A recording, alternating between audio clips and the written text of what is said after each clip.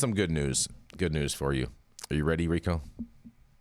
Let's go. Kansas GOP Senator, remember that part, Rico, forces a vote on reviving medical marijuana legalization bill. That's right.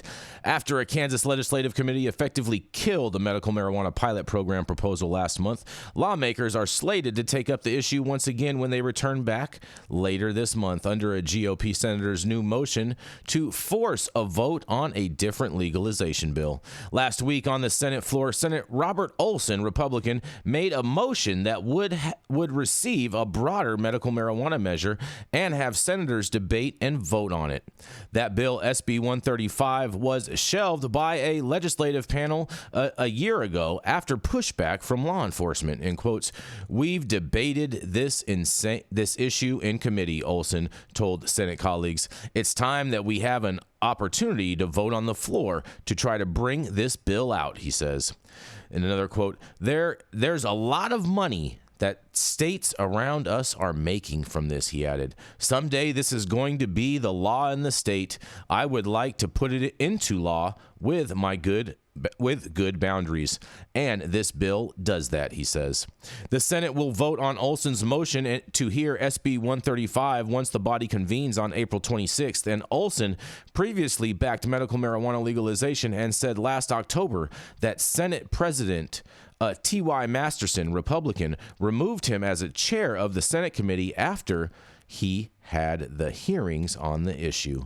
The senator said at the time that he believed it was a retaliatory move. If approved, the measure in its current form would legalize and regulate medical marijuana in Kansas, with products taxed at 10%, and the industry would be overseen by regulators at the State Department of Revenue Division of Alcoholic Beverage Control, which would be renamed the Division of Alcohol and Cannabis Control.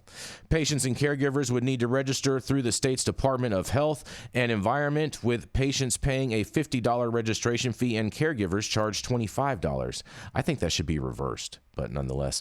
All fees or fines collected as part of the program would be routed to a new medical cannabis registration fund to cover costs related to administration and enforcement, and physicians would need to obtain a state certificate in order to recommend medical marijuana. The state's Board of Pharmacy, meanwhile, would establish guidelines for dispensary reports and tracking, and a pharmacist seeking to work as consultants for a dispensary would need to pay a $100 registration fee.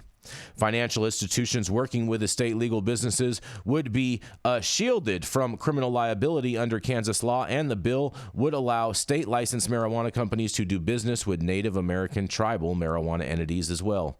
After the Senate committee shelved Bill SB 135 last year, Governor Laura Kelly, Democrat, issued a statement urging the public to contact their representatives to demand that they take legislation back up for action. Kelly, who has long championed cannabis reform, said that at the time she was disappointed that some legislators are saying they don't want to move forward with legalizing medical marijuana this year, effectively turning their backs on our veterans and those with chronic pain and seizure disorders. Olson's motion this month to revisit SB 135 came about a week after Kansas lawmakers shelved another medical marijuana bill, SB 555, which would have created a limited pilot program in the state. That measure envisioned a maximum of 4 vertically integrated medical marijuana companies statewide, and it also would have allowed pharmacies to dispense medical marijuana.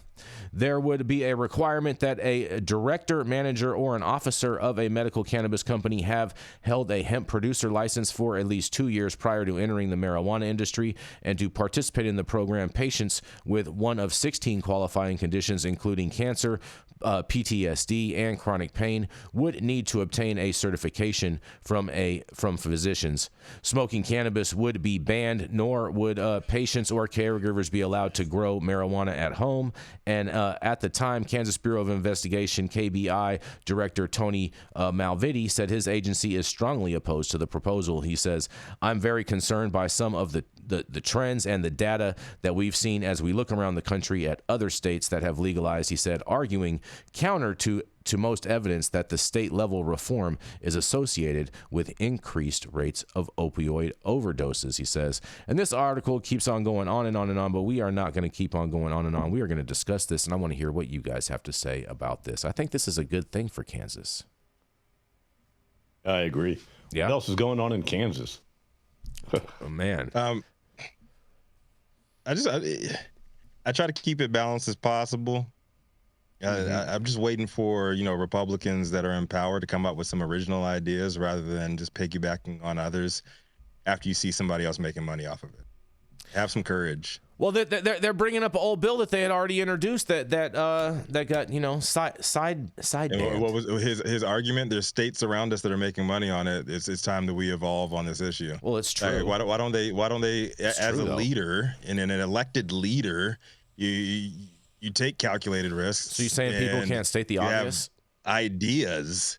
I just don't see any original ideas. I just see this as reactionary, and it's just bad signs of leadership. You don't think that this is just them evolving and like coming around? It's like they're not going to win on this one. They might as well just cave in, and they might as well have some type of program that benefits the people, the Kansas citizens. That's exactly what I'm. That's exactly he's what all I'm about saying. the money. I'm saying why not? That's right. Why not have something beneficial for your constituents ahead of being reactionary on it? Like the people of Kansas are going to be able to get weed regardless, whether it's on the streets or elsewhere. And other states had already been on this legalization shit. Like, why is it take like all of this rigmarole for them to finally come around and evolve on it? That's my Because question. they were paying attention to the why money. not be a leader and lead with some ideas that'll help your people out.